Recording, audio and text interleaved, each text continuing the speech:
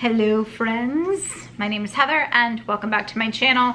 Today I'm going to share with you 7 benefits of minimalism that I've experienced in my life. So everything I'm about to say is my opinion. I do want to say I am highly inspired by the minimalists who are Joshua Fields Milburn and Ryan Nicodemus. They have a great website. I mainly listen to their podcast and they have an awesome documentary that you can watch on Netflix. If you are new to minimalism and maybe the word kind of scares you a little bit, I want to share with you the ways that it has helped me improve my life and the lives of many others. And these are not in any particular order. So the first benefit is I have saved money. So because I've gotten rid of things, and that took a lot of effort, that was a lot of work to decide what to get rid of, decide what actually adds value to my life. I remember that when it comes time to make purchases, because I don't want to buy something without really thinking about it, because I don't want it to be the next thing that I accumulate and then the next time I declutter, end up getting rid of it, especially if I spend a lot of money on it. So I don't buy as much stuff. Basically, I don't just like mindlessly shop, especially like at Target. Target was like a really big issue for me. I would go and it's like a joke. Like it's a joke. Everyone knows you go into Target thinking you're gonna get one thing and you walk out with like a million things, and half the time you actually forget the thing that you went into Target to purchase. So I have saved a lot of money by not mindlessly shopping anymore and actually putting my money into a savings account. So not just like not spending the money that's in my checking account, but rather taking that money that would have been spent on stupid stuff and putting it in a savings account. I actually have paid off my Target credit card as well. And getting out of debt is not on here on my list. So that's it. Part of saving money is getting out of debt. The second benefit is appreciating what I own. So because I'm saving money, because I'm not purchasing as many things, the things that I buy are much more valuable to me. I'm not just like buying a bunch of like crappy stuff. I'm trying to get better quality things, and so I am taking care of them a lot more. So I'm appreciating what I own. I try to make a lot more use of what I own. Because I own less, I am using the things that I have a lot more. Number 3, recognizing your impact on the planet. I think that minimalism was like a gateway for me to start like looking into fair trade clothing and shopping and everything like that, looking into vegetarianism and veganism, and environmentalism and like sustainability. Like I haven't totally tumbled down too far down the rabbit hole, but like minimalism was the first like trip down the rabbit hole. So ever since I started exploring this whole new world, I have been a lot more aware of the fact that I am a human being on the planet Earth, and me living here takes up resources on this planet. Like it kind of blew my mind. I know that sounds weird because when you say it out loud it sounds so obvious, but I feel like so much of us take that for granted, and minimalism has helped me become a lot more aware of that. Benefit number 3, simplifying your life goals and prioritizing. I think a lot of people talk about priorities in the plural, which is kind of interesting, and this is something that I heard the minimalists talk about.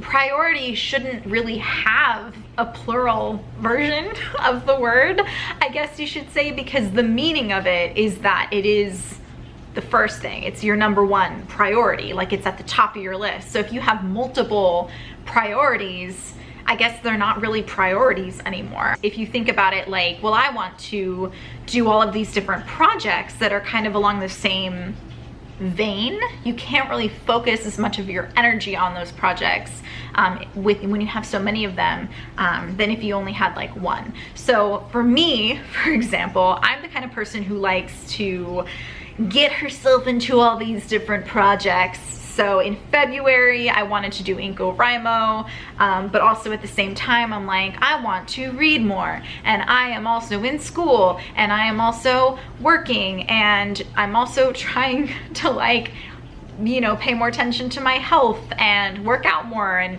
whatever, and do shows, like do a lot of theater. So those were all priorities, and I had to substantially, appreciably, sorry, I'm laughing because I feel like if you made the Minimalist podcast a drinking game, and every time Joshua says appreciably, you take a shot, you would get a little tipsy, and it's hilarious. So anyway, I have appreciably narrowed down my priorities to a lot less. If you want to hear a video about that, I'm definitely going to film one. I don't know if I'm going to post it on this channel or my vlog channel, The Vapid Vlogger. So you should subscribe to The Vapid Vlogger if you care about what's going on in my life. But if you don't, that's perfectly fine. Simplifying your life goals. You can't do everything, but if you think about it, you can do a lot in your lifetime. If you want to do a lot of things, I would say focus on one project a year. That's what the minimalists do.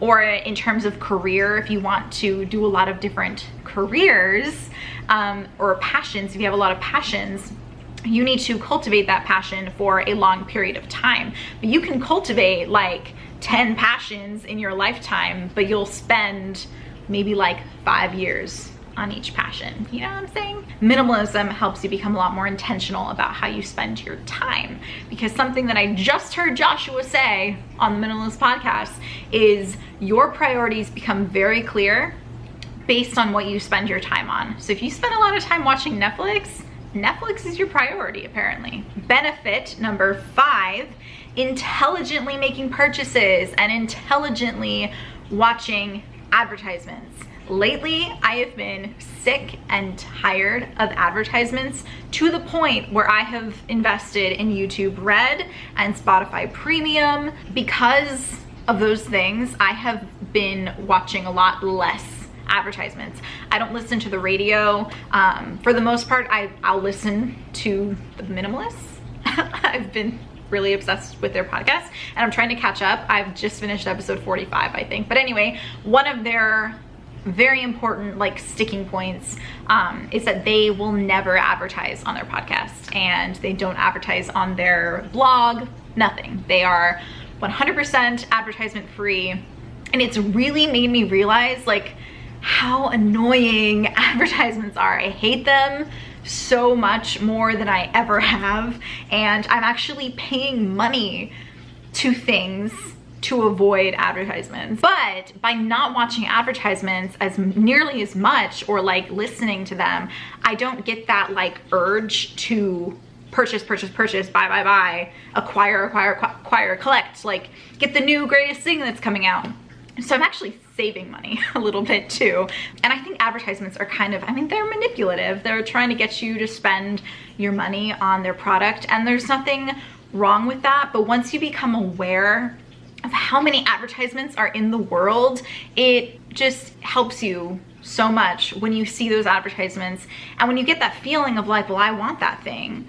When you're aware that it's an advertisement that's trying to manipulate you, you then are able to make a purchase a lot more intelligently. You're like, do I want to buy this thing because there was a gorgeous model wearing it and she made that thing look so good? Did I want it before I saw the advertisement?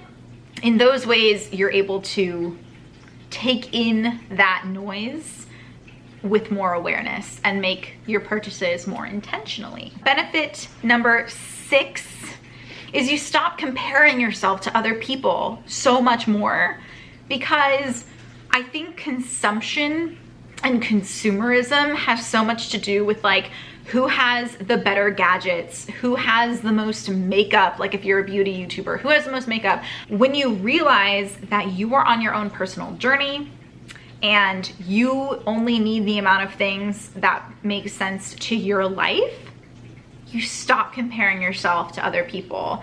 An example of this is my little brother was telling me like some girl he knows, because he talks to this girl and she has a lot of makeup and she's really into makeup, and he knows that I'm also really into makeup. And he goes, well, she has a lot more makeup than you. Like, I don't know if he was like trying to bait me or whatever, but I'm like, that's great for her. I don't want a lot of makeup. That's why I do all these project pans.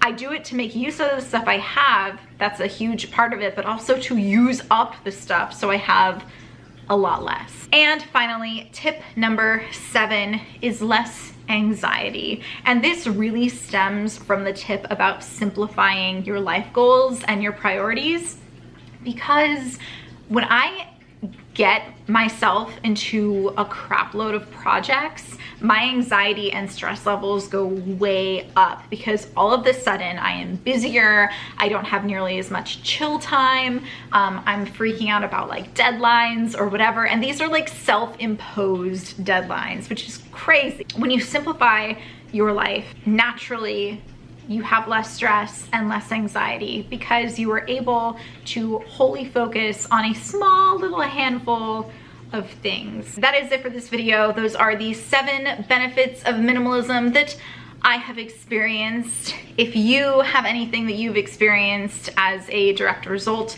of your journey to minimalism, I would love to hear them down in the comments section below. If you like this video, please give it a thumbs up and subscribe to my channel for more minimalism videos and project pan videos and bullet journal videos, because those are the things that I do on this channel. Thanks for watching. I will see you guys in my next video. Bye.